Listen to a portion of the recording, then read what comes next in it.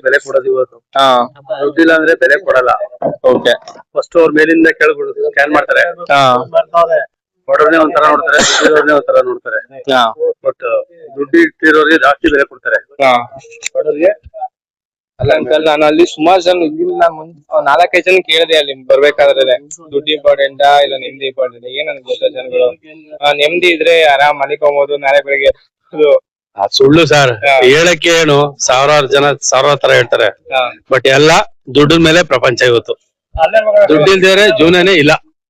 ಏನೇ ಒಂದ್ ಆಗ್ಬೇಕಾದ್ರೂ ದುಡ್ಡು ಬೇಕೇ ಬೇಕು. ಫ್ರೆಂಡ್ಶಿಪ್ಗೆ ನೀವು ಈಗ ನೀರು ಫ್ರೀಯಾಗಿ ಸಿಗಲ್ವಲ್ಲ, ಫ್ರೀಯಾಗಿ ತರಕಾರಿ ಬೆಳಿತಿರೋ, ಹಣ್ಣು ಬೆಳಿತಿರೋ ಏನೋ ಫ್ರೀಯಾಗಿ ಕೊಡ್ಬೋದು. ಅಂಗಡಿಲಿ ಹೋದಾಗ ಏನು ದುಡ್ಡು ಕೊಟ್ಟು ತಗೊಳ್ಳೇಬೇಕಲ್ವಾ? ಏನೇ ವಿಶ್ವಾಸ ಇದ್ರು, ಏನೇ ಫ್ರೆಂಡ್ಶಿಪ್ ಇದ್ರು.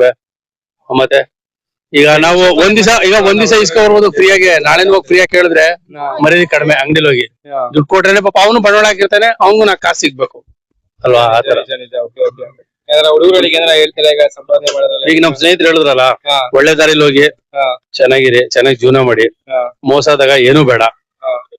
ಒಳ್ಳೆ ಸ್ನೇಹಿತರು ನಂದಿ ಹಂಗೆ 4 ಜನ, ಕೆಟ್ಟ ಸ್ನೇಹಿತರು ಬೇಡ ಅಷ್ಟೇ.